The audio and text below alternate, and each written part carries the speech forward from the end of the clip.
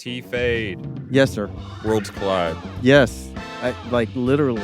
We got the Escheology podcast meets Everyday Audios. That is 100% Worlds Collide. Although I try to ease just the tip of some Escheology content into the Everyday Audios, but every time I do that, I'm met with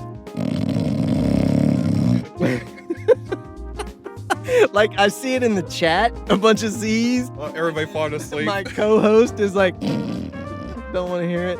They want distance tests and $20 PA speakers, unfortunately. Well, I mean, we could do that, I guess. I try to tell them, look, if you want to do that, you can. Just at least put some processing on it and, care about how it sounds.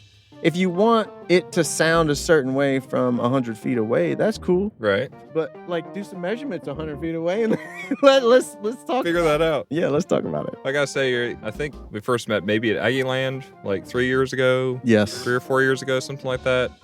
And you're like, I think you're the one guy who likes to do everything a little bit more difficult from a little bit different perspective. Yes. And try to make things as hard on yourself as possible. 100%. You're the SPL dude that shows up in the SQ lanes.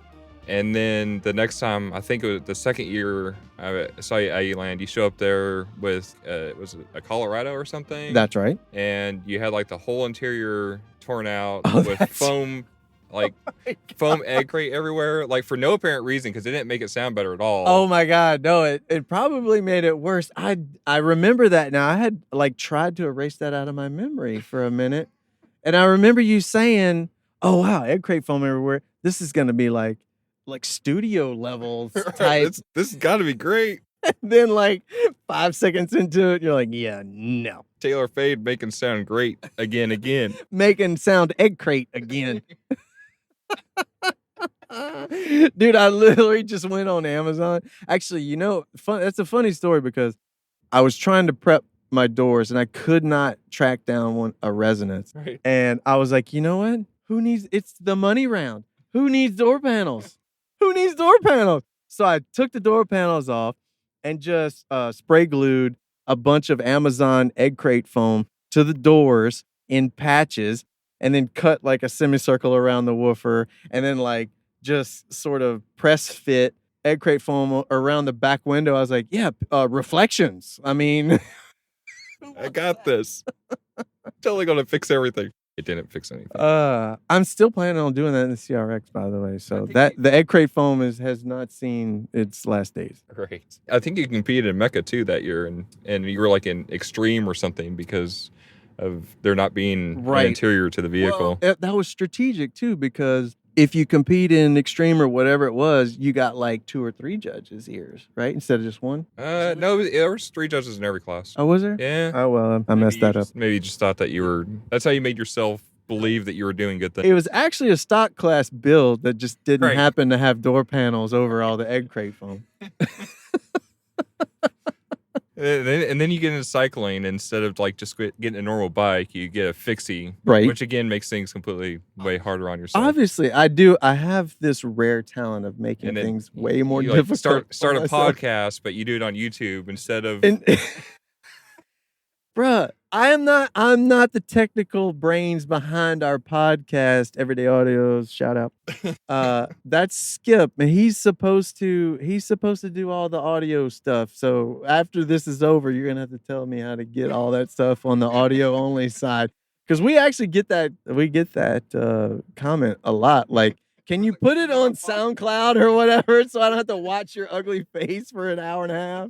Here's our podcast that isn't really a podcast. It's more of a YouTube channel. But hey, you know, whatever. Hey, we call it a podcast. Joe Rogan calls this a podcast. That's I'm true. calling it a podcast. I can't argue with that. That's it. So what got you into audio in the first place? Oh, man. Dude, it has been a long road. And I don't know if any of the listeners of this podcast can relate, but I was that guy that would just shove as many subwoofers in whatever car I owned and didn't even know what ohm load was, and just hook every single thing up, home theater speakers, throw it in the trunk of my Civic, and And I think that's where we all started is out. it? Okay, good. I'm hoping. Like, my first bill was like a 1988 VW Fox with a KLH bandpass home audio sub in the back. Yes. So, Oh, I knew you were my people. AudioVox Silver Series 6x9s on the rear deck. Yes. Blawpunk Honeycomb 4s on the dash. Oh my God, it's fantastic. JVC head unit. Just put an amp on the crap in the front. Like, you know, the radio will take care of the front stuff. I just need the slap, as my people call it. Is that what they call it? That's what they say. I've never heard that. Half the community says slap and the other half is triggered by that. I know bass guitarists that use that term. That's right, slapping the beer. Slapping pots. But yeah, so it's been I've been doing it a long time, but to like fast forward past all the ghetto year. Well, I haven't really gotten past the ghetto years yet. You're still there. That's true. But I got a new job and it's like an hour away.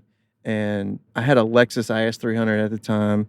And I was like, man, if I'm going to be driving an hour commute, I'm going to put something nice in here to enjoy, right? It's a nice car. I'm going to do something nice. So I bought a pair of used hybrid Imagines. That's Yep. the convertible ones, right? Right. I bought a pair of used hybrid Imagines off of Dyma from a local guy and put those in there, did the thing. I didn't know much about door prep, so I just put them in, probably self-tappers, who knows. Zip ties. Yeah, but I was still like doing the SPL thing, so I had a ton of subs in the back. And that's really where it all started. The most recent version of the T-Fade audio, quote unquote, career. And it's just evolved since then. But I figured out really quickly that I could only get so loud from a trunk, especially a trunk of a car that the back seats didn't fold down. So that one season I was done and bought a dedicated SPL vehicle. And Which was what? that was my first one was an S10 because everyone else had CRXs. And obviously I have to make it as difficult on myself as possible. That's you. That's right. Maybe because everybody else is doing something. Exactly. It couldn't be because it works better. It's I because said, everybody else has a CRX. I'm not getting a CRX. I'm like, I'm getting an S10. And somebody somewhere said, I was like, I want to do 318s in the back of it in stock class. And somebody's like, you cannot. It's impossible to fit 318s under the window line because that was like the cutoff. And you're like, watch me. Watch this. So I made 318s fit under the window line. Hold my beer. Yeah. So I was the only non-CRX in my class that year. But apparently people decided, hey, S10s might be okay. So I gave away the S10. I traded the S10 for an amp that year. And then I bought a CRX the next year. And the next year I was the only CRX. Because everybody else moved on. That's right. They moved on to S10s. Oh, it's funny. And when was this? What? 09. Okay. Maybe. And what were you doing? It was Mecca, all DB-Rag? USAC. It was all USAC at the time. Because you're in Louisiana, right? That's right. And that was like Which is basically like East Texas. Right. It was the only, yeah, exactly. It was the only game in town. And it got, you ever get to that point, and I'm sure some of your listeners can relate to this, it gets to a point where it starts to get so serious that it stops becoming fun. Right, yep. Is that a thing? Oh, yeah. Yeah. I think everybody has. Okay. I was there in 03. That's when I got out of car audio for the first, because it was like, I had got myself in so deep and thinking that you have to be at this level and accomplish this much and have this build and make these people happy and have these brands and do all these things to meet all these bars that you set for yourself. Right. and going off of what everybody else says and thinks and does. And then you get to the point where you come to the realization that you're never going to be able to accomplish all that at once. Right. And then you're never going to be able to live up to anybody's expectations, which are mostly your own. And then you just stop. Yeah. And then most people at that point, I think maybe they just get frustrated and give up and decide that I'm not doing this anymore. Right. Unfortunately, because then we lose a lot of great people from the community that we want to see at shows and stuff. And for me, when a lot of people, I get a lot of messages asking advice for this or that. And I tell them, like, man, look, if it's not fun anymore, take a step back, go smaller, start a new challenge with doing something cheaper or use set a budget or set a certain class. And that's usually the advice that I give to anybody is pick a class first and then build around that. Because a lot of people, they come out of the gate wanting to go into Mod X or super extreme or what unlimited everything. Impress everybody on Facebook instead of doing something that is within exactly their means and ability and time and everything else. And it's different from social media for SPL because you get sort of a visual feedback for showing off an SPL system. Right. Y'all don't even allow sound quality videos. But you can see hair tricks, you can see people breaking windshields. There's a visual aspect to SPL that is not in SQ. A lot of the guys coming up think that they need to be at that level right away. I'm like, man, just pick a class, go to a show, get some demos, set a budget, keep it reasonable. And I think the same thing applies to SQ is like pick a budget, stay reasonable, and just don't try to do it all at once. Right. Well, and a lot of times, I think myself, because I've done it over and over again, it's like you build something fairly simple but good and solid, and you kind of take your time and put it all together, and then it turns out good, and you do well with it and everything else, and then your brain is automatically like, well, man, but if I did this big, huge, amazing build, it'll be that much better. And it's God. You get done, and it's like, may not even be as good as the one you had before. Dude. And you're like, what? And then you just get depressed. What happened? It was supposed to be way better. Right. This is supposed to be so much more fun. And it's like, I had way more fun back when I was competing with a crap car with $2,000 system in it. Exactly. That's the truth, though.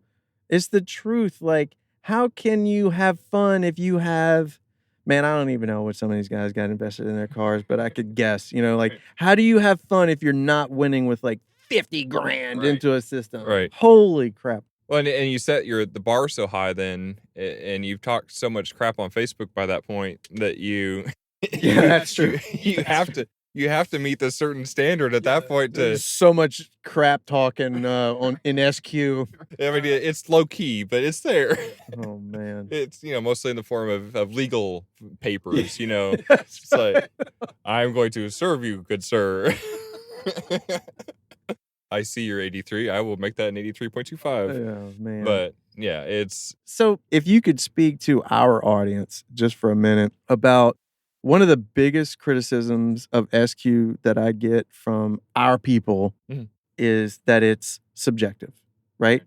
What you think as a judge sounds good may not be what I think sounds good. Right. And I try to tell people that that's fine if you like it a certain way. It doesn't make it correct.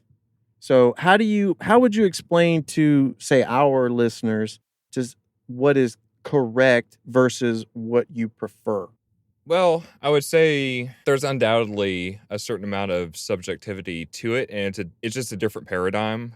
If you try to call it perfectly objective, it's just not. But in a lot of ways, that kind of is what makes the game a game to play in a different way. So I guess the cross criticism on that would be with SPL, it's become so objective and across the board with everybody having to turn pro and everything else that pretty much everybody knows where they stand before they come to a show. Right. We've brought this up before, that the accessibility of an affordable sound pressure level meter, the TermLab, has actually ruined show attendance because everyone knows what everyone else is doing before they even get there. So if you're not going to show up for second place if you know the guy across town is doing 160 dB and you're only doing 158. What's the point? Right. I'm not going. Right. So there's a level of an SQ where this is where with the SQology we've really pushed to bring the different organizations together and bring as many judges into it as possible that are qualified to give feedback on it. And a lot of the participation in sound quality competition nowadays isn't so much about the competition and the placement itself as much as it is in getting feedback and hearing other people's perspective on how to improve what they're doing to get to that next level. Right. Because when you're using your own bias and reference to listen to your own system, Right. it can be one of those things where, well, this sounds really good, and you're missing a lot of things because you've become so accustomed to what you're hearing. You Right. kind of get in your own zone, and when you're judging, it's encourage people to print out some score sheets, and grab the music of whatever the organization uses, whether it's Diascodisc, Microdisc, Imadisc, whatever, and then at a show, go actually kind of judge 8, 10, 12 cars that are there, regardless of what class they're in, whatever, but just go through the process of doing that, even if you don't know exactly what all is there. But you'll notice pretty quickly that your internal biases start disappearing fairly quickly when you go through that process, and you're able to go, okay, well, this car meets the criteria, this car meets a different set of criteria, and 2 74-point cars can sound completely different. Right. Yeah. Right. I think that's the criticism that a lot of Right. people that haven't heard back-to-back 74-point cars, Right. for example, may have. Like, I think this one sounds better, but it's a 74. I think this one sounds better, but it's a 74. But this one's got better mid-range. This one has better mid woofers or whatever. And to a certain point, it's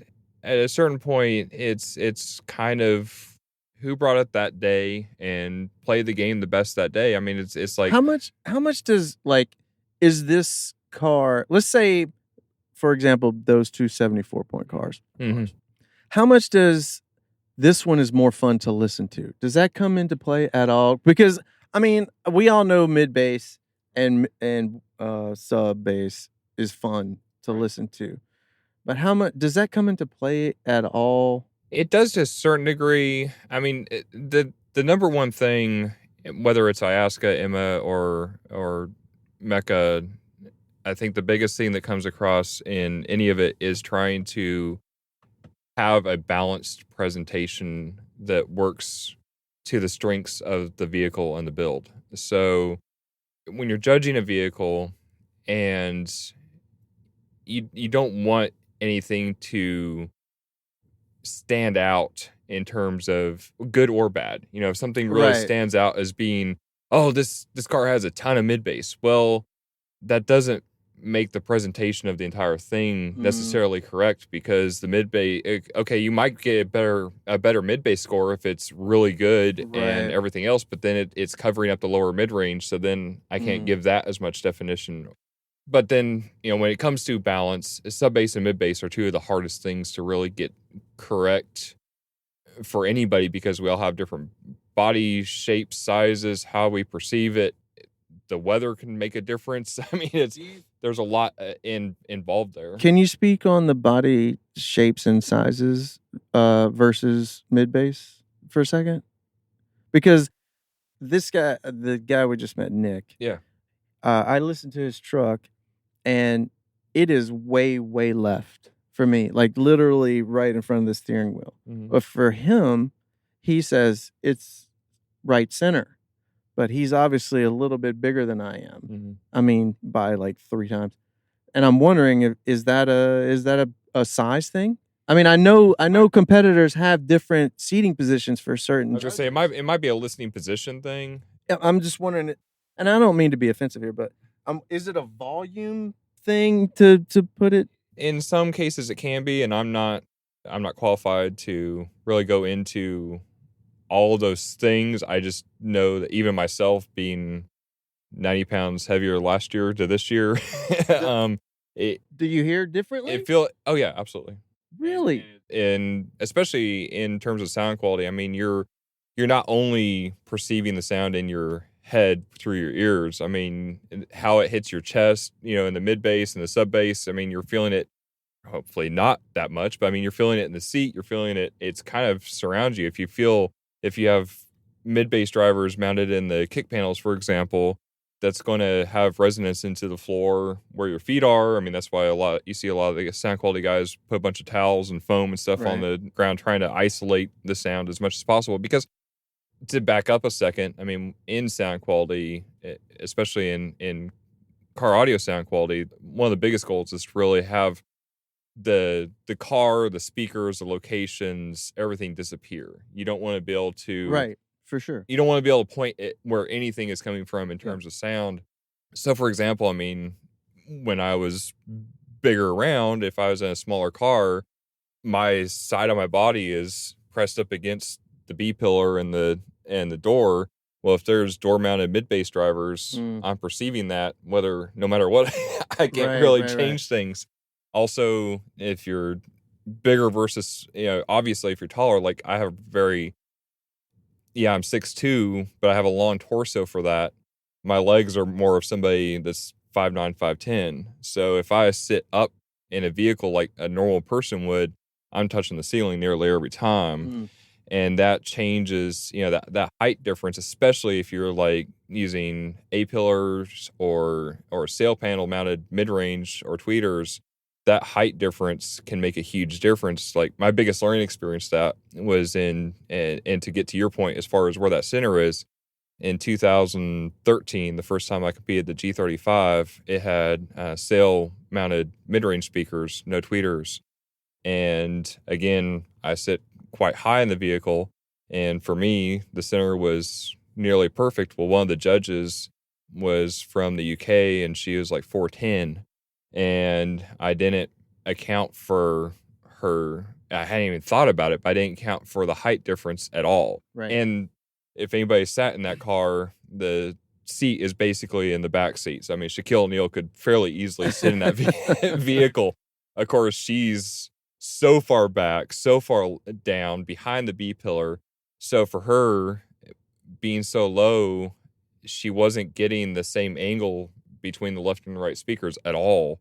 For her, the center image was directly in front of her. Just because I neglected to seat her properly and understand what was happening there, just her score took me from a strong first, second place to last place. Boom, like that. Well, do they do center in the middle of the steering wheel overseas? I heard that. No. Well, at least pretty much everybody at this point. I mean, some people might go there, and you can kind of apply the rules in Emma a few different ways depending on because they're going from the overall width. So, like for example, if you that's the difference between Ayahuasca and Mecca too, right? It's physical versus virtual. Mecca's pretty much doing boundaries of the soundstage as well now. Okay. So yeah, it's the left and right are based on the actual perceived stage, and then center is what is between that. So if your right is outside to the mirror, for example, and your left is in at the A pillar, then your center actually needs to be a little bit right of center. Okay. Based on the perceived stage. What would you say for people that, I don't know if this is even a thing, but it occurs to me, you should not have to have like laser pointers and blue tape on your A pillar to dial in someone's ear height within like a millimeter. Like, shouldn't your sweet spot be a little bit bigger than having to perfectly align someone in there? Like, shouldn't it just be somewhere near the headrest? It sounds awesome. It depends on how critical you get with your timing and tuning. Obviously, the more you can get into that sweet spot, especially, and again, it kind of depends on the speaker locations in the vehicle. The more, like if you've got the speakers more on axis on the dash or in the A-pillar or on the sail panel, almost any of those locations where the speakers are more directed at the person using fewer reflections of the vehicle, which is typically going to give a more accurate presentation, or at least have the potential to have a more accurate presentation, also gets those timing and getting the alignment correct to the listening position much more critical. You mean in so much as having the reflections match the direct? Both. But I mean, if you have the speakers, for example, in a factory dash location firing up into the windshield, or in the kick panels, it'll scatter. Right. You have a little bit. Okay. Right. Or in the kick panels where you have a little more distance. The problem is especially like if you're in the sail panels or pillars. I think, and somebody might correct me on what I'm saying here, and that's fine. But in my opinion, at that point, it's because you're using so much time alignment and amplitude adjustment to get the center image in the correct spot that you really have to then have your listening position really dialed in. From a kick? No, from a higher location, Oh, like okay. a Right. sail panel. A sail. That's why I'm saying a kick panel or some factory dash locations like that are going to be less critical because you're not having to rely on the time and amplitude adjustment so much to make that center image. Maybe that's where I'm going wrong. Are people using level to adjust the left and right? Because I don't do that. Yeah, so typically for mid-range. For like a mid. Yeah. So typically, I mean, we're a mid-bass driver, for example, is all time, right? And then you get up into tweeter, and it's almost all levels. All level. Right. And a mid-range, it's a combination of both, but typically and again, your mileage may vary, your approach Where does that might come? vary. That comes in like what, 1.2K or so? They say 1K, 1.5. It's in that between range. the time and intensity. Yeah. I'm not going to name anything because name names. We name names on my podcast. Call them out. Email Ben. So it's a combination of both, but typically, I mean, the general approach is to use time to get the image correct in terms of getting the image as tight as possible. And in terms of I'm hearing the left and the right at the same time. The arrival time is happening at the same time. Right. Which is obviously going to get the image much tighter where it's a smaller, for Iasca especially, that Iasca is really going for that really defined image. So how defined does it need to be? Not to take you off track, I'm sorry, but go ahead with your thought. Anyway, so the approach would be to use the time to get the image as defined as possible, and then use level to get the image in the right position. So time before level? Typically, most people I know do time before level. Really? Because I do level and then time. That's interesting. The idea for most people that your approach might be completely different. Sure. But that, if you're going from the listing position, the time should theoretically never change. Although, just to clarify, when I say level, I'm talking about pairs, like tweeters to mids to woofers, like dial it in by ear. I don't mean left and right. I'm talking left and right. Yeah, right. Okay. So yeah, definitely. Yeah, from on the one side doing everything on the left or everything on the right, then I mean you can kind of take that approach probably pretty much however you want. I'm definitely behind the curve then, because I very, very, very rarely, if ever, actually use attenuation for anything other than tweeters. So maybe that's something I need to explore. Yeah, I mean, and it'll happen in the mid bass as well, because especially in a door mounted mid bass, because obviously that one side is going to be louder than the other side. So even then, you're still going to typically need to use levels in addition to just the time to get the center feeling from the main position. And we're getting deep here, but let's go deep, baby. Our abilities with with modern day or current day DSPs is very archaic in the fact that, our time delay is only per signal. Did you just say our modern day offerings are archaic? In car audio, yeah. I mean, are you kidding me? Well, because we're only able to adjust the time delay based on I can change the time delay on that speaker, but versus what? Frequency. Versus being able, because I mean you're is that a thing? Well, like Dirac and some other things like that, they have like 4,000. I think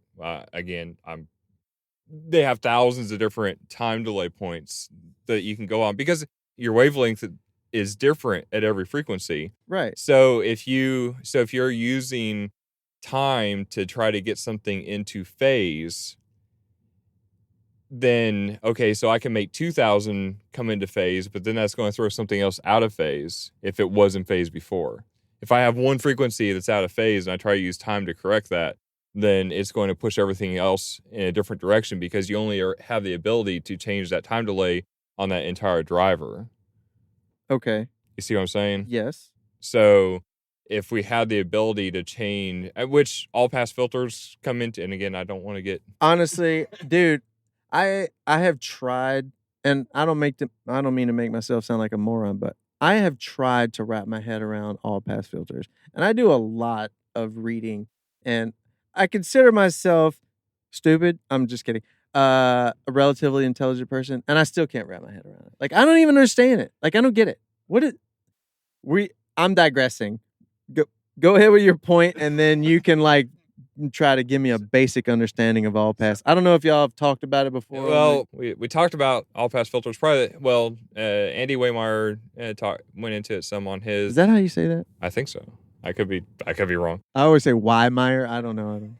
Now you got me second. Why? Now you got me second guessing everything.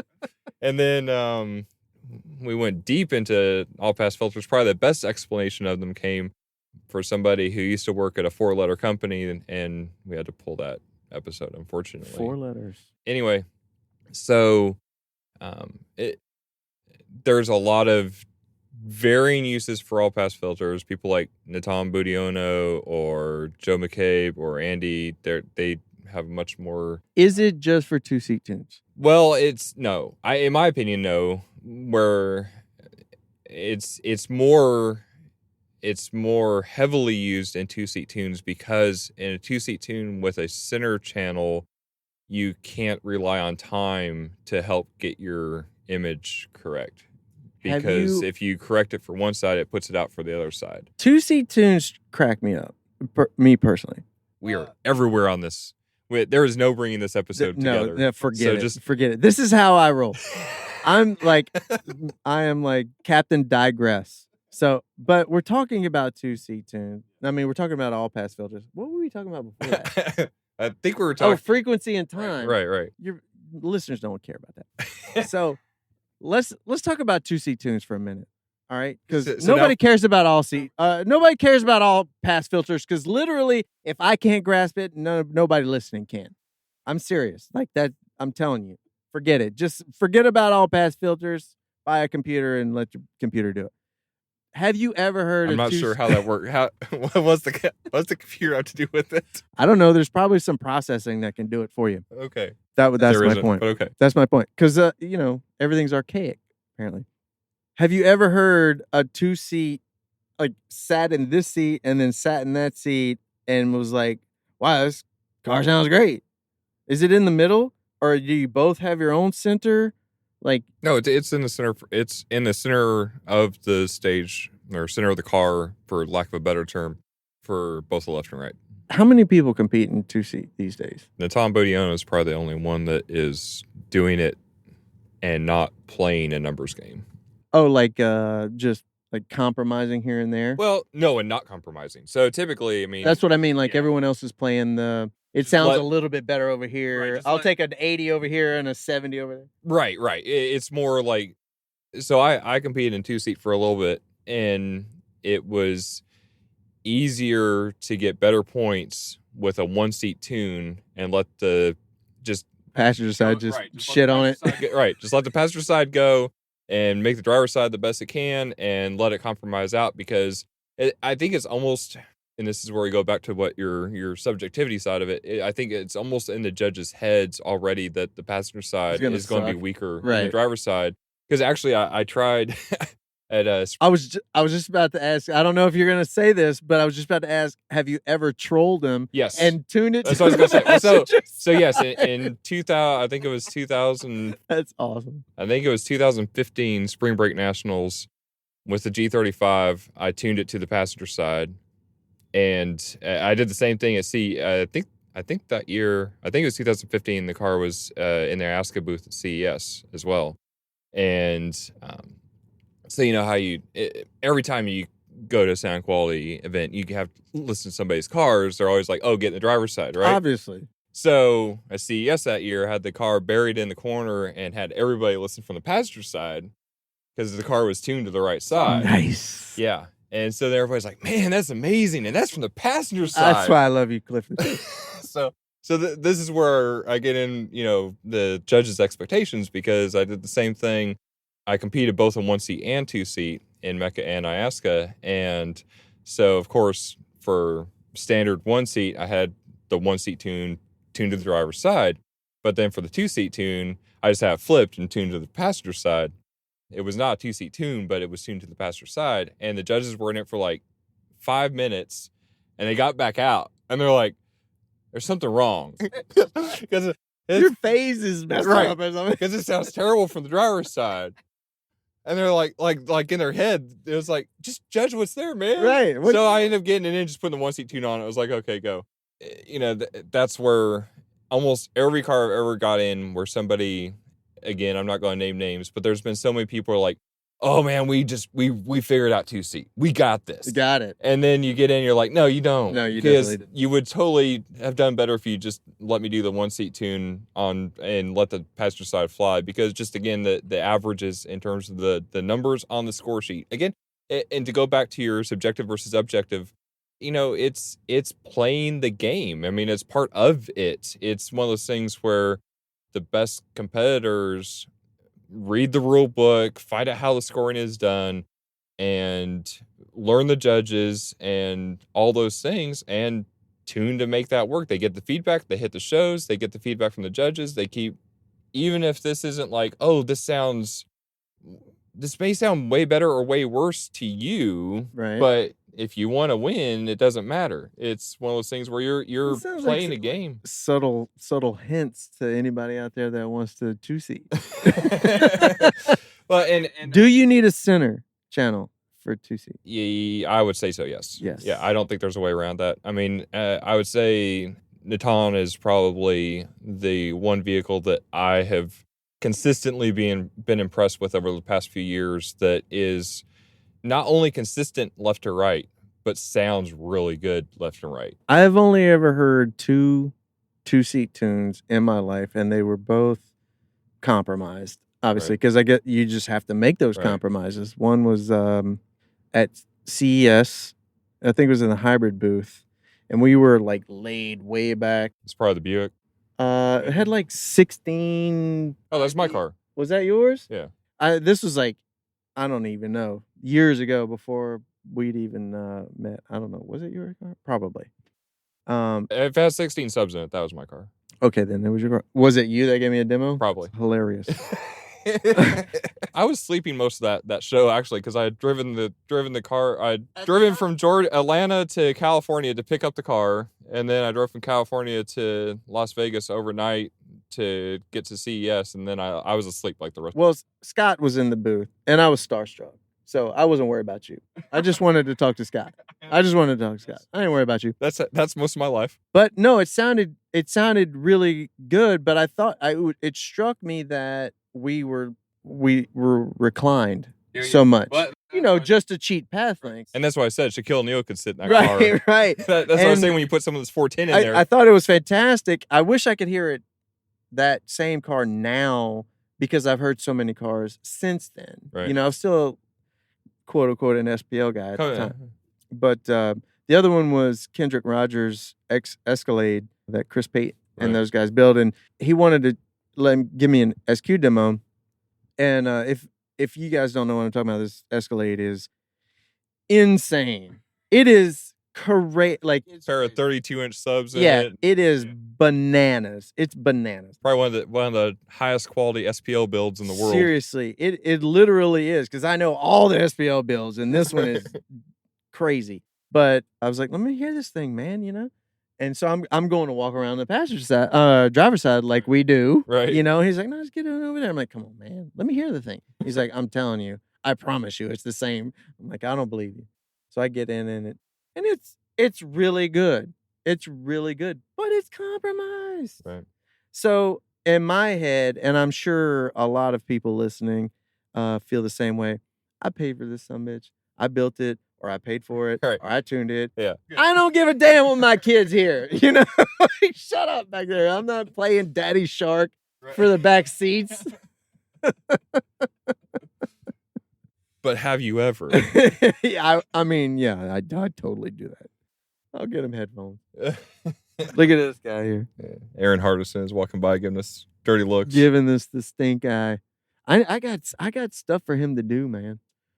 You know how handy it is knowing somebody with a clipple? Like, I annoy him more than I annoy you. What? And that's a lot. I'm sorry, Aaron. I know. Exactly. I feel like apologizing to him every day. You probably should. Is that why you didn't have him judge your car? You're just I mean, I just it's a shame this is audio only, right. I'll tell you right now. It's the only because he knows it's audio only. That's the only reason he did that. Dirty. Everybody go send Aaron a dirty message right now. Right. Mostly just moon him in Facebook. Mm-hmm. No, I think it's amazing what he's doing because he cares about his measurement. Aaron's Audio Corner. Shout out. I'm serious. Like, I need to pay him to do some stuff because there are so many companies out there, and I'm going to just touch on not necessarily SPL side, but subwoofer side specifically right now because everyone publishes cold, small parameters. And that is not what do you mean by cold, small? So when companies publish Thiel small parameters for their subwoofers, they're small signal, which is less than a watt, 1 volt, whatever it is, whatever bullcrap you can get from Parts Express to measure your subs. And then you want to design your box around that and then hope that it matches the anechoic response without even factoring your cabin gain in, right? So what a Klippel does, it gives you large warm because all of these parameters shift once the sub starts moving. And guess what? We listen to these things when they're moving. Right. And it's hard moving, not just not even watt, 1 meter. That's right. We're giving them, a lot of watts. So what Aaron does is he measures the things when they're warmed up because obviously the parameters are going to shift when the voice coil is warm and the suspension is loose. And then it's obviously going to shift when the thing is moving. Is the FS going to shift up? It's going to shift down. Usually it shifts down. And the warm voice coil versus a cold voice coil changes. And all of that, man. And those are big deals if you're trying. I mean, you can correct 0.2 dB and yeah, exactly. I mean, even with SQ, those are big deals. Those are things that you could engineer out instead of having to tune out. And that's the goal, right? To have a system so good you don't have to put any EQ on it. And which will never happen. 2 years ago, I did that because you have to like making things hard on yourself. Also, but we're not. I mean, we're not talking about me. No. But I mean, on that, it's one of those things where no matter how good the speaker driver is, every vehicle is different. So I mean, and I mean, you're going back to tuning and doing time left and right because of your angle to the speaker. The left side necessarily sounds much different than the right side, as it meets you in your listening position because of how you're angled to that speaker. So because your off-axis response is going to be much different. I don't know if it was 2 or 3 years ago, it didn't matter how I got the time alignment dialed in, and the car was so good I turned all the EQ off. That's how good it was. And I'm not touting my own horn. I think it was just my driver choice and car choice. I didn't need any EQ. It was that good. I'm not trying to expose any secrets here or anything, but Steve Head is not a big proponent of EQ. I don't know if you've ever had this conversation with him or not. Not an EQ specifically, no. But yeah, he's not a big fan. Not a big fan. He we got there Aggieland late one night, and he was handing out favors, quote unquote, tuning people's cars for them. He got in, laptop, listened, did the whole thing, didn't take any measurements, did it by ear, was doing like I said, favors, because I mean, I feel like his time's pretty valuable. Right. The guy kind of knows what he's talking about. And basically, I don't know if he was trolling or what, but he just turned all the EQ off, set all the time alignment by ear, and the levels and time alignment by ear, turned all the EQ off, and told the owner of whatever vehicle it was, get in and see what you think. And they're like, oh my God, this is life-changing. People were freaked out, how good it sounded. Yep, I just turned everything off that you did. Right. Exactly. I've just erased all of your bull crap, and now it's better. And I'm wondering, does it? Well, and a lot of that too is People go you can down the make things rabbit hole. right. You can make things much worse trying to correct something in the wrong way than it was before you started trying to correct it. So Right. I would say that EQ is a necessary thing in a car, regardless. But Yeah, regardless, you can make it much worse. And it's the same with I think why a lot of people shy away from talking about all pass filters is because it's like that's like EQ times 100 in terms of you can make things so much worse. Really? By overcooking that. Yeah. Well, just because you're messing with like in a Helix, for example, the all pass filter is you can set it pretty much as many bands as you want to use. You can set to be an all pass filter at basically any of these frequencies, and you're essentially, maybe saying this wrong, but you're kind of just reversing the phase at that frequency. So if you stack it too much and you do things incorrectly, then you can put things out of phase in certain areas and be putting so much energy into something that isn't actually producing much sound, but killing your speaker driver in the process. Wow. So, and that's where the fact that we don't have minute control over the time delay at the frequency, then that's where we can kind of correct it at the crossover point. But then if you have a big problem area somewhere else, you can reverse that with an all pass filter and bring it back, depending on the situation. But that's where it really becomes critical in a 2-seat situation, because you can't rely on time at that point, because then you throw it out for the other side. Right.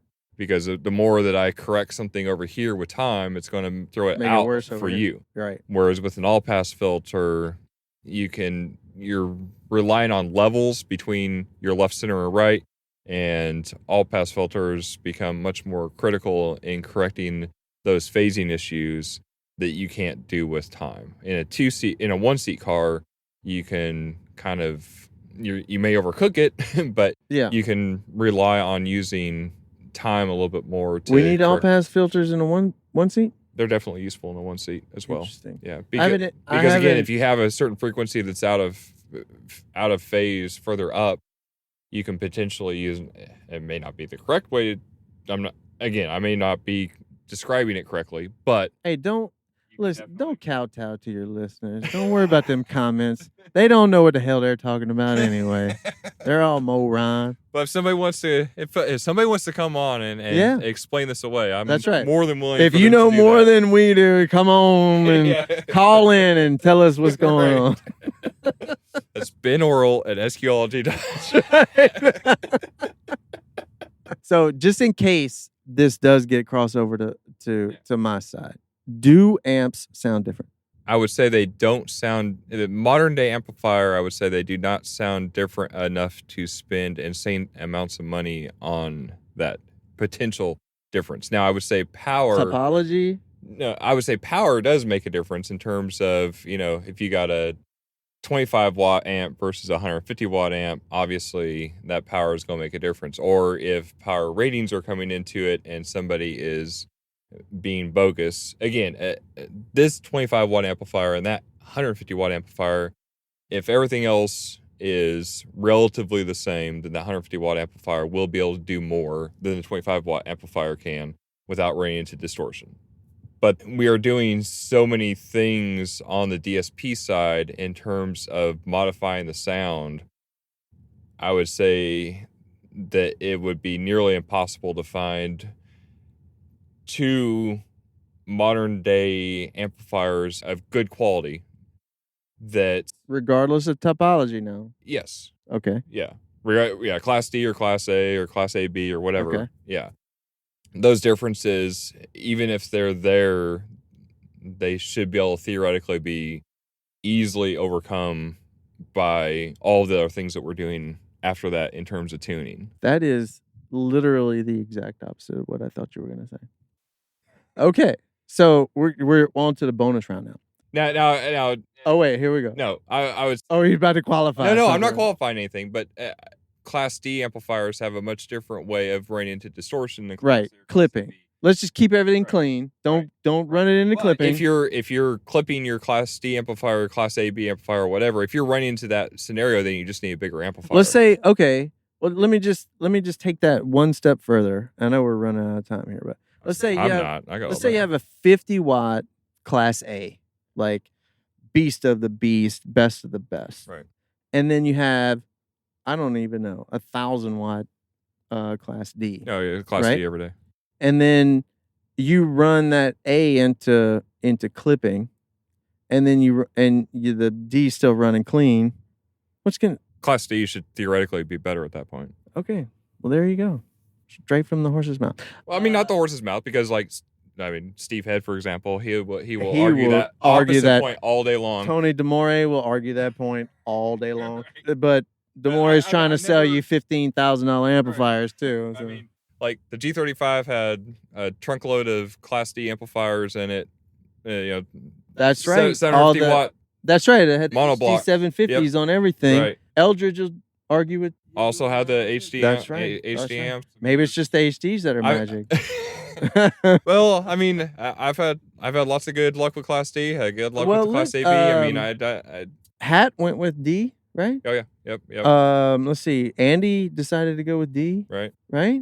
I mean, I don't. Those guys aren't. Anybody who is looking at it from a more scientific approach versus audiophile approach, and I would say that those are two different things a lot of times. Yes. That I've never had somebody get in any car that I've given a demo in, which has been Mini, which has been both Class D and Class AB. That's a Class D. Right. I've never had anybody go, oh, well, this sounds such and such a way because of the type of amps it has. Right. This is a Class D sound signature. Right. Nobody's ever been able to call that out. And anybody who didn't know the car, who's then like, you must have such and such. Yeah. And then they see a bunch of Class D subwoofer amplifiers in there, and it's like, oh, there are so many more important things to worry about, in my opinion. And it goes back to where we started here, trying to go big or stay home type of thing. It's like, if you're not involved because you think that you need this certain level of, I got to have $6,000 worth of amps to compete, Right. You don't. And again, so much of this is the camaraderie of doing something that we're all involved in and we all appreciate and can learn from each other on. I mean, there's like right now we're at Audio X in Florence, Alabama at an SQology event, and I guarantee you that we could both learn from having the same conversation with any of the other people here that are here right now. That's the best part about all of this. You get to hear everyone else's interpretation of what sounds fantastic. But at the end of the day, they start to tighten up with what is quote unquote correct, right? So if you were to line all of these frequency responses, like if you were to measure every car out here, they would start to tighten up. The better cars would start to tighten up with the cars that didn't score as well. And you can typically, I mean, the most consistent thing that I've seen over the years and seen thousands of score sheets and trying to find the answer of sound quality, which I haven't found yet, on that given Sunday, almost everybody will almost always agree on what the best one or two cars were. They might even flip-flop those two, but the best car of the day almost always... The educated listeners. Right. When you're doing it with a reason, right, with thought, with a score sheet and the media in front of you. That's right. Given a criteria, the best car will almost always float to the top and the worst car will almost always float to the bottom. That's right. But then, like, say there's 30 cars, the difference between placements 7 and 10 might be, okay, they all are on a score sheet very similar. Right. They're all mediocre in their own little way. Sure. And on another side of it, and at that point you need to take the feedback, right, and fix it. So even if they're all middling, right, and they're all similar and all have, and there may be some things that you can't even do anything about. Like if you're in a pickup and the sub is like literally 3 feet behind you, there's only going to be so much that you can do to make that perception of the sub bass better. If you're competing in a car that has no kick panels and you're competing in a class with people that are using kick panels for their mid bass, and you're stuck with the doors, and maybe you're using like a VW Golf with little tiny doors, and your mid bass are right beside you, without making physical changes, you may not be able to improve things. I mean, different vehicles cater to sound quality better, but again, it's SPL and sound quality. Even though they are both car audio, there are so many cavernous differences in how we approach competition with the two things, and there are so many similar comparisons to sound quality competition out there that, to come back to your subjective versus objective thing, trying to say that sound quality is not subjective and say that there's some magic trick to it that makes it a similar approach in terms of competition as SPL, I think is foolhardy, in that it's just not how it is. I mean, what do you say to people that say, let's just keep it objective and just use an RTA? Put an RTA at the headrest, let everybody run pink noise, and see who's the closest to whatever house curve, target curve that all of you experts have decided is the perfect sound, or flat, or whatever. Well, I would say it's fairly easy to make everybody be able to hit that one thing, because it's not picking up on all of the things in terms of staging cues, imaging cues, all those things. That only really covers frequency response, right? Right. So, how far do we go with that?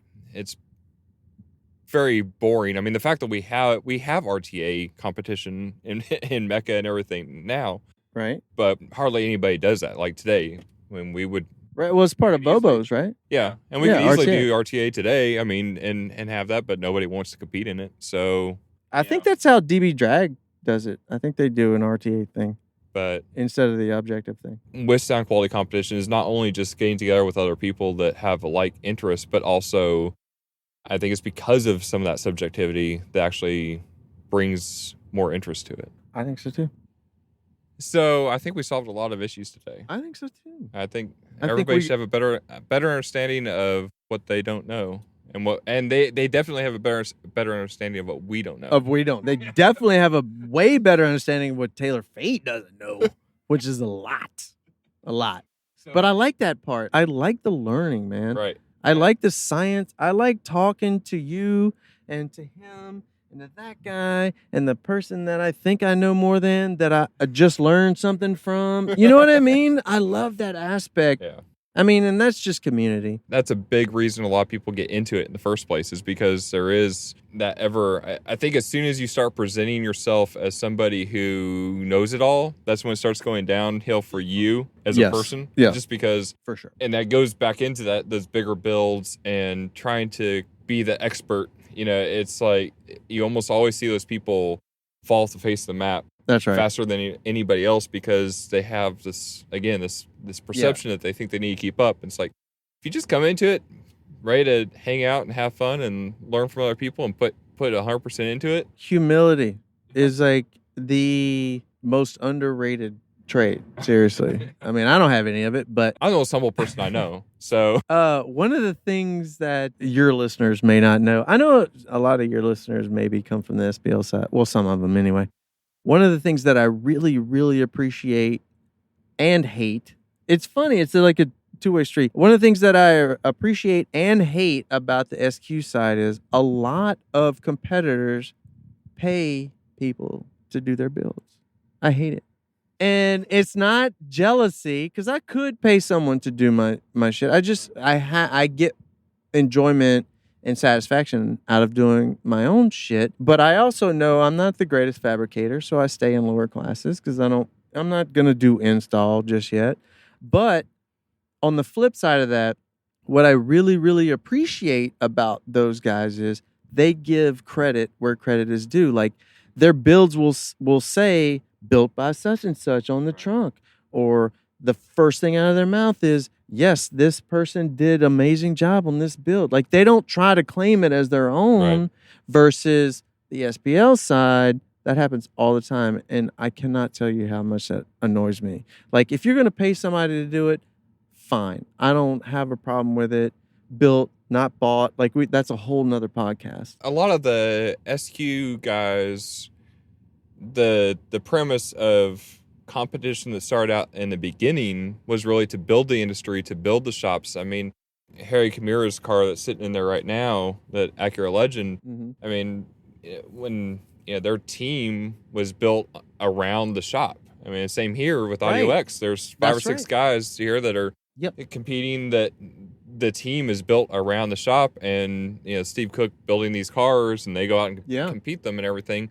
But I mean, that whole aura is kind of what car audio competition is always been about. Going back even further, it's like manufacturers versus manufacturers. Right. Like back in the day, and I'm probably dating myself here, but it was Kicker versus Figate. Like that was that was the thing. You know what I mean? Like that was the Ford versus Chevy, basically. Yeah, and they both. It was similar times, but I mean, SpeakerWorks, like for example, with the Legend, they had Richard Clark. He got the Grand National from SpeakerWorks, and then SpeakerWorks followed up in building it. Spoke the name that shall not be spoke. Spake. Richard Clark? Yes. I interviewed him on here. Did you really? Yes. Shut the hell up. No, seriously. Oh my God. Why don't I listen to this podcast? Why don't you listen to this podcast? Honestly, why don't you listen to my podcast? I do. You lie. I do. I watch like 30 seconds of you and Skip starting out, and then I get bored. Shut it off. You're done. And then I go to a different YouTube channel. Right. If this is a podcast that I could download onto my podcast app, then I might listen to it. Oh my God. Have you ever thought of that? Richard Clark's information, I've got to have him on. I will 1,000% put all of my listeners to sleep, all of our viewers to sleep, to interview Richard Clark. You can just post my interview up with. You won't ask him the questions that drunk T Fade will ask him, though. Yeah, I drove to his shop in North Carolina to do the did interview. You really? Yes, I did. I think it's great. You also weren't there for the Mineo interview, and that's disappointing. Mineos? Yeah. Was that? No. Were you there, or was it just Ben? Ben did it. Yeah. I won't go talk to him. He was way less crazy than I thought he was going to be. Oh, there were crazy. There were some crazy bonus episodes that are still waiting. There was some crazy. Was there bonus clips? I just don't want to get a lawsuit. Oh my God. Everyone email Ben Zimmerman at hotmail.com, AOL.org to get the Mineo bonus clips immediately. And even at the time, like I didn't have... Have you ever heard that, Camaro? That big of issue? No, I've never even seen it. I've seen it in pictures. Oh, yeah, but... Yeah. Yeah. Just tell me about Richard Clark. On Mineo. Tell me about Richard Clark. I mean, Mike only competed like 6 or 7 years. I mean, it was like... I mean, he acts like he was around He was the Duke of Detail. His speaker box was designed with a block of ice. Where you been, man? Because fiberglass and ice really work together They're extremely fantastic. well. I've tried it. I'm telling you, it's amazing. Tell me about Richard Clark. He's a cool dude, man. Dude, I mean, I've gotten in fist fights behind the Richard Clark challenge. Why? Because people say amps sound differently. And I say Richard Clark will give you $10,000 if you can pick him out. I mean, we talked about it in the episode, so you'll have to listen to it. But how long ago was that? What episode? Do you know the number? Oh, it's not that. You got a phone call coming. Excusez-moi. I only do like an episode a year that I get posted up, so it was like. Are you not on every week with Ben? No. Jeez. So it was like what a treat for Ben. It's like, right. So it was like fall of 2018. I think that we did the interview. I think I posted it up maybe 2017. I don't know. It's only like 3 episodes back. So here we go. Just look for episode 39. It's not. I don't even have his name on. Listen, consistency creates credibility. Well, yeah, but I'm not credible or consistent. Or consistent either. I consistently ride my bike, but I can't consistently put a podcast out. At least there's that. At least there's that. Seriously. If anybody doesn't know this, well, obviously you shouldn't. But I annoy Clifton more than anyone should about riding bikes. And I actually blame him for all of my weight loss. So, you suck. Fault, right? You suck. I think I've done more. My number one contribution to the car audio community is making the overall weight of the Wait, community right. go down. Is that absolutely? And shifting centers. Right. Because everybody's not absorbing as many high frequencies. Everybody's center image is going to be off this year because they're all skinnier. Oh my God. That's terrible. Oh, it's a conspiracy. I'm changing car audio single-handedly with. I'm gonna 80 or ask 90 you a pounds. tough question. Yeah. All right, let's just say I'm not gonna give you a dollar amount. I'm gonna give you like a piece of a pie. Let's say 100%, and you can allocate however many percentage points you want to every point of the system, like every single aspect of a system. All right. So let's say speaker drivers, literally every aspect. Speaker drivers, speaker wire, speaker RCA cables, interconnects, head unit, processor, install, subwoofers, build, all that. Give me, just break it down. What would your percentage points be? Because, everyone's always like, oh, it's 90% install and 10% equipment. So I would say let's just get granular. It depends on the vehicle.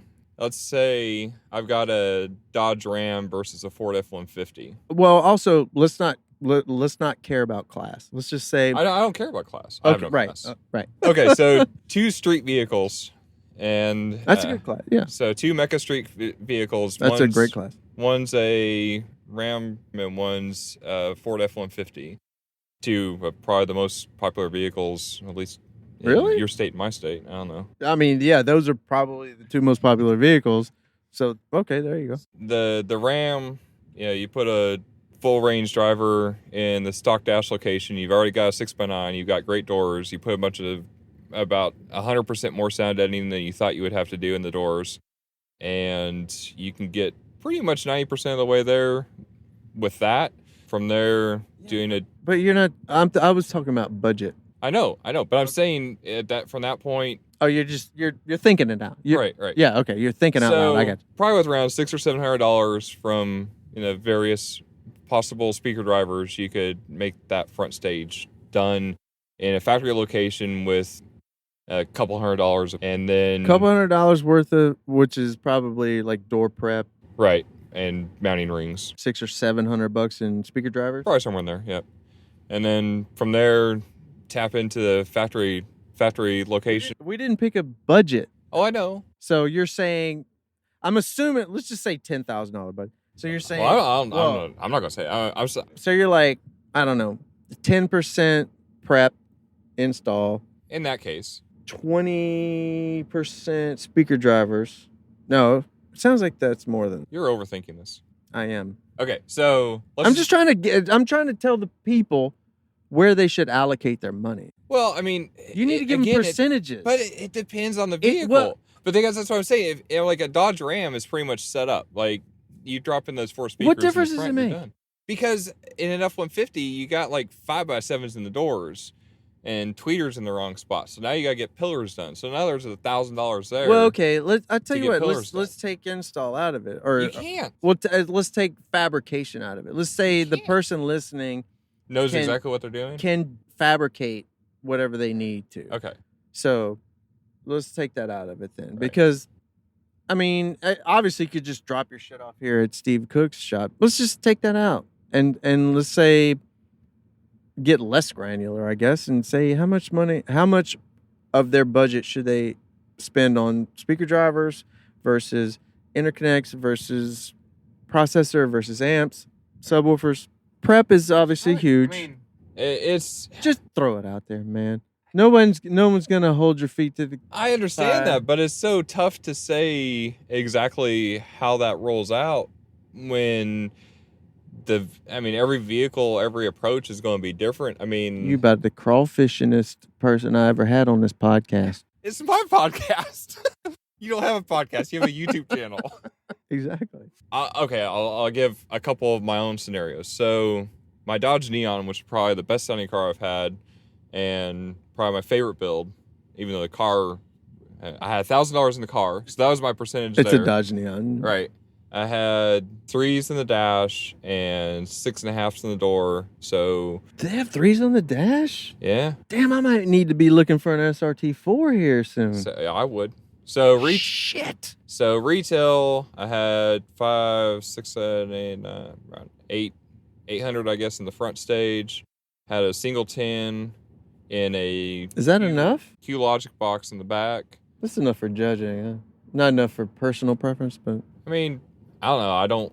I had this mid-bass drivers cross over at like 45 hertz, so driving, you didn't really make a notice. But and most everybody liked the sub bass in that car. Had a 5-channel JL HD 905 and a Audison Bit 10. Blech. Right. And then, I mean, why is Audison processing so bad? Shout out Brad Noblock.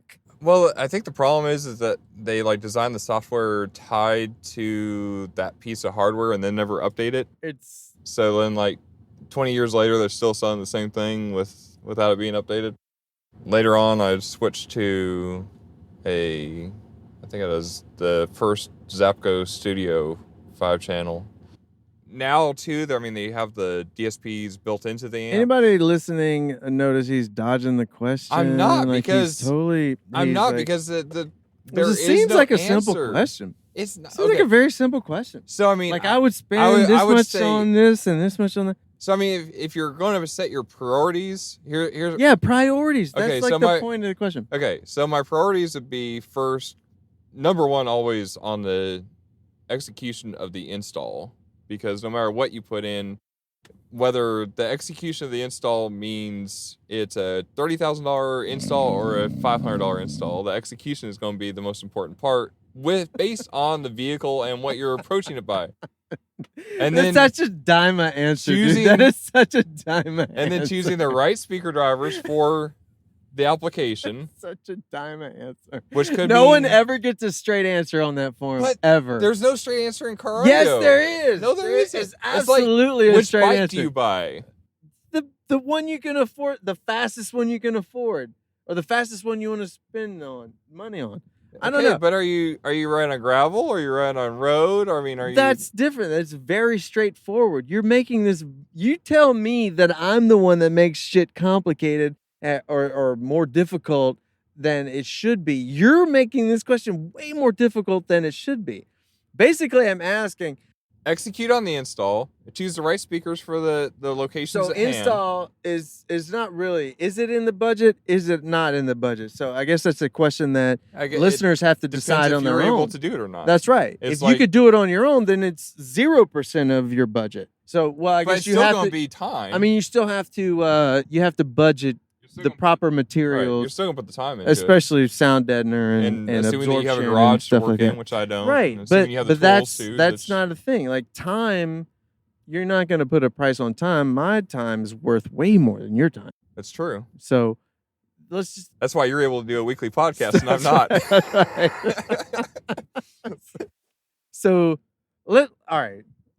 I think we've gotten too far afield. Install correct speakers for locations. We have to assume the install is like tits. Let's assume the install is tits. Like everybody has the perfect install. So let's Why do you get so mad? This happens every single podcast. There's something that always triggers me, and this is apparently this is the one. Let's assume the install is tits, and everybody's perfect. Let's just break it down to speaker drivers, amps, processing, and interconnects. How about that?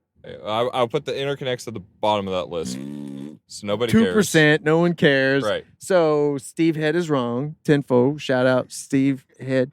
Your blue jeans cables are garbage. Amps next to the bottom. Next. Okay, here we go. I need to listen to this Richard Clark podcast, I guess. I'm not saying amps aren't important. I'm saying I wouldn't. You're digressing. I wouldn't focus there. Yeah, I need a percentage. So I don't know. Okay, interconnects 2% of your budget, so you're spending $2 for every 100. Right. Amps $10. $500-$600 on amp. $10. No, not $10. What, Again, I'm not saying don't go to like Kmart and get your amp. Are you sure? Well, okay, but it's like the bikes thing, right? I'm not going to go to When you get to a Walmart and certain spend point. $150 on. When you get to a certain right, point. but if I spend $1,000 on something, I'm probably getting close in the Relatively ballpark. Right. assured the that difference it's pretty good. the difference between a $2,000 bike and a $10,000 bike are not going to be No, not so much. appreciated much by most people. No. And it's the same Not in me, this. not if you me, go especially. spend, $750 on an amp versus 10 grand on an amp, I don't think you're going to appreciate the difference. No, in you're that definitely money. not. No, definitely not. And it's the same in speakers. I mean, if you spend $50 on a set of speakers versus $500 or $600 on a set of speakers versus $25,000 on a set of speakers, I would say that being in the middle zone is probably going to be much better than being at the bottom or top, because you're not going to get $25,000 worth out of those speakers, and you're not going to really get value out of $50 set of speakers. But if you get in that middle point, it's like anything. You're going to have the best solution for the job at hand. With DSPs, I think the biggest approach with DSPs is going to be the software for the most part, because I don't think there's much, again, in the middle zone, when you're spending $400 to $2,000 on a DSP, somewhere in there, the hardware differences are going to be the nerdy, well, this one has this DSP chip and this one has no. Sorry, you can't convince me that I can't hear you can't convince me that I can hear the difference between those. But the software, if you can use it versus you can't use it, is going to be a personal choice based on what you're able to accomplish. Something like JL audios or audio controls are easier, but they don't have the power of others that somebody might appreciate. So again, it depends on if you know what you're doing with tuning or you don't. If you don't, then get the simpler DSP that costs less and just get it done, which is going to sound way better than if you don't use it at all. Never heard of anybody dodge a question. There isn't an answer. I'm not dodging it. There just isn't an answer. There's absolutely an answer. There is not. Just tell the people where to spend their money, man. Just tell the people. Go to finals, listen to the cars. Find out the commonality between those cars, which is most likely going to be the person behind the installation and tuning of those cars. And then go to that person and say, this is my car, this is my budget, and what can you do for me? So not speakers. Speakers aren't the answer. Dropping speakers are an answer. Installation and tune. We all know that already. Thanks for all your insight, Clifton. You're fired. You're so fired. You can't fire. You're fired. Firing from your own soundcast. Audio only cast. The not YouTube cast. Fired. Like, so many people ask me, because obviously in my job, people ask me every day what speakers I should buy. Yeah. And what is your vehicle? What are you doing? What else are you doing? It's like, I'm not going, if you get a new Honda Civic and you say, okay, what do I need? What exhaust should I get? I'm not going to tell you to go out and spend $3,500 on a new catback. No, because straight pipe it and be done. Just cut it. Just cut it out. You'll be done. Headerless. But I mean, if you're not building a race car, you don't need a $3,500 catback system to appreciate the difference. But if you're doing a built motor and force induction and all these other things, what is the difference between a $3,500 catback? I have no idea. I'm not an exhaust and guy. a $350 catback. Is there a $350 catback? Yes. Really? Yeah. Is this like an eBay thing? Like yes, Alibaba? Exactly. That's exactly what it is.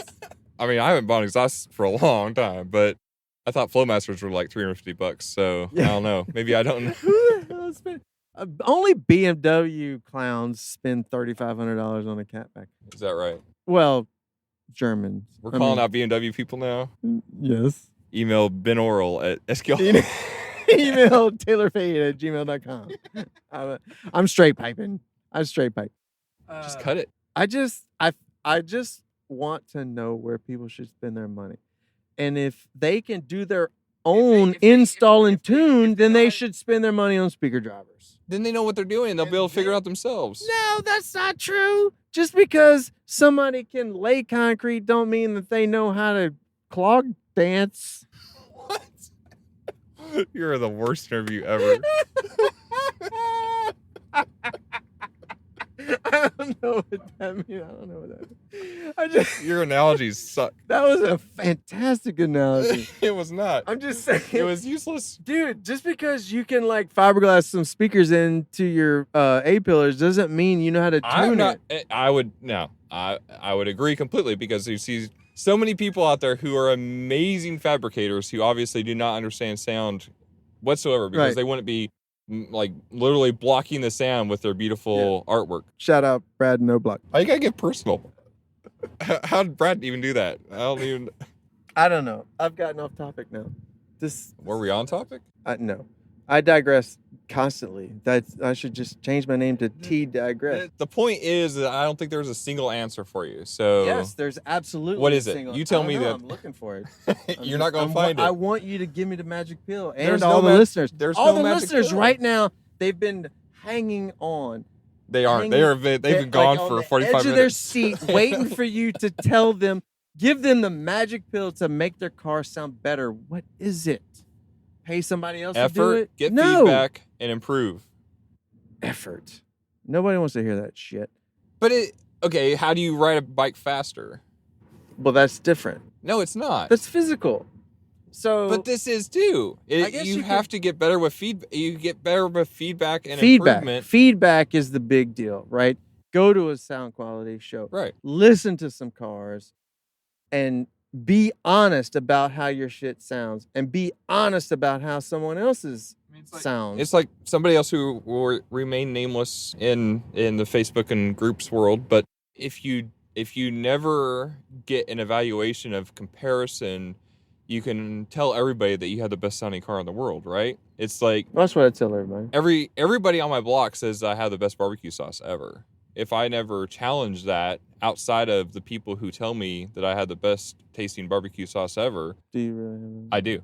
Then I can tell everybody that, because I've never brought it for anybody else to actually taste. I've never compared it to another barbecue sauce. And you know what's funny is, in fact, I've never even had another barbecue sauce. I'm not even going to challenge that. I will say, you know what? I heard Clifton had the best barbecue sauce in the world. That's right. Right. That's all that matters. Interesting. It's, again, like the cycling thing. If you're the fastest guy in your group, then you can be like, I'm the fastest guy in my group. I am the fastest guy in my group. Because you're the only guy. Of one. But now. But if you go racing, Strava be telling all truths. But Strava. If you follow me on Strava. If you go racing, then you might have another thing coming, because there are maybe people that are better than you. Best car you've ever heard in your whole life? I would say there's not a best car. There are memorable cars. Give me top 3. You get 3. Oh man. And then I got to kick you off of my podcast. Top 3 best cars you ever heard. Most memorable cars you ever heard. No, in no particular order. I don't remember. See, that's how memorable they were. Wow. I say I put him on the spot. Nobody ever. Ben, you're gonna have to do something with this podcast. You got to put Clifton on the spot more often if you're listening to this. I'm going to have to think that. No, I'm going to think that one out. You're gonna have to think that one through. I'll tell you one of my favorites.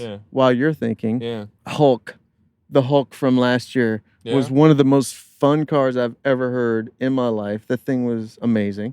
Talking about John Maham? I don't even remember the guy's name. It's a green SUV, smallish. Oh, I think he calls it the Hulk. Yeah, no, that's 12s and the kicks. car you're talking about. Yeah. That thing was sick. I know who you're talking about.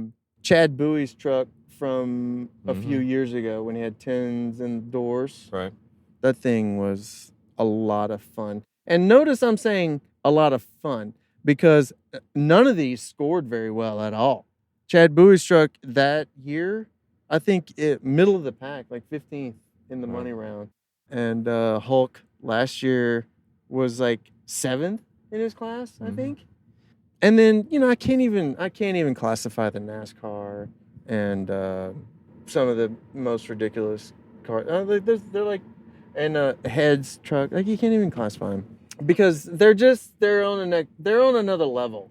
But those cars, you hear them, if you let someone who wasn't you or half your listeners get in there, they'd be like, oh my God, I am now a sound quality nerd. Like those are the ones that we need to hook in. You guys need to stop being so sterile and clinical and Oh, make your shit fun to listen to. I would absolutely agree. I think we can do much better at We gotta hook 'em in. broadening the community than the same 100 people that come to church every week. I'm not letting you off the hook. You've got to come up. Give me 3, man. Listen. You're not gonna offend anybody. No, I can absolutely. And if you say Black Betty, I will beat you to death. I've never heard Black Betty. The last time I heard that car was White, and that actually was one of the more memorable times, one of the most memorable listens, because I heard it. I actually snuck into Scott's garage while he was out of town. Shut up. I was returning his trailer after stealing it for like a year. And now he knows. Yeah, he knows already. I put an article in Pass Mag about this. This was like 2002, 2003. It was after finals 2002, and my wife, who was my girlfriend at the time, and I actually took that trailer down and snuck into his garage and took a listen, and that was Are that you was a writer memorable. for Pass Mag? I've written articles in Pass That's Mag. I'm not a amazing. writer for it. That's fantastic. So that was memorable just because of like the whole situation. And I fed everything. you that one. That doesn't count.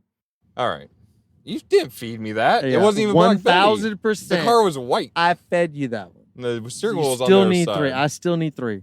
Oh my god. Still need 3. Man. It doesn't even have to be like all time. Just give me like the last couple I'm of just years. trying to remember any cars right now. I've heard so many. They're everywhere. just all blend in. Exactly. Nothing It's like stands out. one big potato head. That is so insulting to everyone out there that's listening that you That they thought that they were the best car. I I've mean, ever heard. obviously, my Colorado stood out to you because it was. Oh, man, it was it so did. amazing. Yeah. It was so. There was another vehicle that I think that same weekend that really stood out to me too in the same way. There are memes about it apparently. I don't think I finished last that weekend. Okay, do you have 3 worst you want to call people out? No, I already called you out. That's one. I know. I mean, is there 2 more? I have Is no there idea. 2 more? Also, side note, it was all Audio Frog in that truck. No, I'm just kidding. I don't think brands mattered in that truck that year. No, definitely did not. Definitely did not. Dude, there were so many problems with that truck. Anyway, you're digressing. I'm not digressing. This is like you name this podcast digress. I haven't even started. I will. I haven't even started progressing because I can't even. Nothing. Man, you got nothing. I got nothing. I can't. That is that. You know I'm what? thinking, that hurts my heart. I know. That hurts my heart that nothing has moved you. You're just dead. Just dead inside. When was the last time you had frisson? I don't even know. Frisson. That's when your hair stand up on end. Is it a song or is it a system? Something's got to move you, man. Tell me what moves Clifton. Right there. I'm really Tony. When he got his award last year, dude. It got me. He's a good dude. It got me. Like I was. I mean, at the MSC show last year, I think he probably got the tallest trophy ever awarded in sound quality. Yeah, it was his joy brought me joy. You know what I'm saying? Like I've never seen that guy without a smile on his face. Shout out Tony Rodriguez. Good guy. Lots of good people. I think that's the biggest thing for me is the people and the stories. The people, for sure. For sure. And I'm assuming that's why you don't want to call out any specific builds because you love everybody. Everybody's shit is terrible. I'm not trying to call or not call out anybody. Nothing's floating to the top of my head that I can remember now. That's a shame.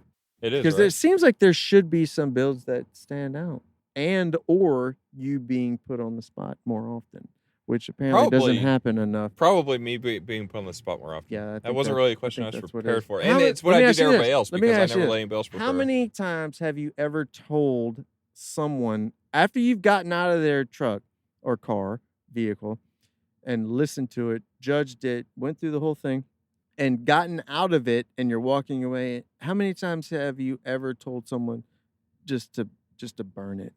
At least once. Just to burn it down. Like, it's not working. I know of at least one time. It's not working. Just burn it and start over. Just why do you gotta get personal? True story. This is a true story. I'm not making this up. Burn it. Burn it. Yeah, I meant it. Yeah. I stand behind it. I ain't backing down from that one at all. No. I'm just wondering if it was the rear fill specifically, or if it was just in general that bad. Oh no, it was a refill in specific. But you remember this one. I remember that one. You remember this one. You don't remember the ones that stand out. in a good way, but you remember the ones that you want to burn down. Egg crate foam and rear fill. And I think it was the same weekend. It was the same weekend. Super grumpy. 90 pounds ago, super grumpy. 64 cars in a weekend. Oh my God. And what was that when they It were was hot doing and it in humid. like August? Yeah, something? it was horrible. Oh my God. Thank you, Chris, for moving it. I moved it. Or you. Everybody's so grumpy. I was just telling, like, people are like, can I just run the AC on? I swear I won't mark you off for any engine noise or anything. I swear to God. Right. It is so hot.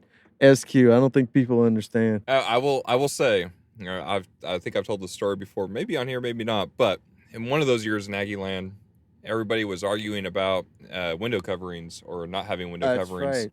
Because Mecca versus Ayaska and all this other stuff. And there was only one class that didn't allow them anyway. It was no, Ayaska doesn't at all. Oh, at all? No. But now they do in every single class, right? No. Or is that still not? Mecca does. Yeah, I don't read rule books. I don't know. Terrible. Anyway, maybe it was the same year at Aggie Land as like the year everything happened, but definitely the two best vehicles that weekend for me were there was two of the best vehicles. And one of them was the darkest vehicle of the weekend, and one of them was the brightest vehicle inside of the weekend. And they were both my favorite ones. So I was like, okay, so the whole window coverings versus not window coverings made no bearing on me whatsoever. Interesting. But what the two vehicles did have in common is Steve Head's Blazer and Mark Eldridge's NASCAR. They both have air conditioners piped into them. Dude, that's not fair. And that was the difference for me. You pipe an air conditioner in, I will give you a 90 all day long. So rude. I will. You heard it here first, people. Heard it here first. I mean, I announced on the last podcast that the last time I was judging was last weekend, so you'll probably never be judged by me again. But I guarantee you, you pipe in an air conditioner and you'll be okay. Don't worry about your windows. That's I'm like mentally routing. Like, I mean, you can't really drill anything in because you're, gonna. I'll figure it throw out. yourself out of your class. I'll figure it out. You can't be in not that you have. I'll class. run it up the exhaust and into the defrost. I got that. I got that. Wow, you heard it here first. The number one thing, not amps, not speaker drivers. Air conditioning. Air conditioning. That's it. There it is. That's the answer. Keep the judges from sweating balls all over your seat, and you will get 90s. I'll be announcing my new stock legal SQLG air conditioner next week. Here we go. Here we go. It's my God. That would be awesome. It's Class AB. It's only $2,000. fully linear. Right. Yeah. So anyway, it's like 30% efficient, but it sounds fantastic. So I better go do score sheets because we gotta get the show wrapped up. Yep. All right. Thanks. Yes, sir. Bye.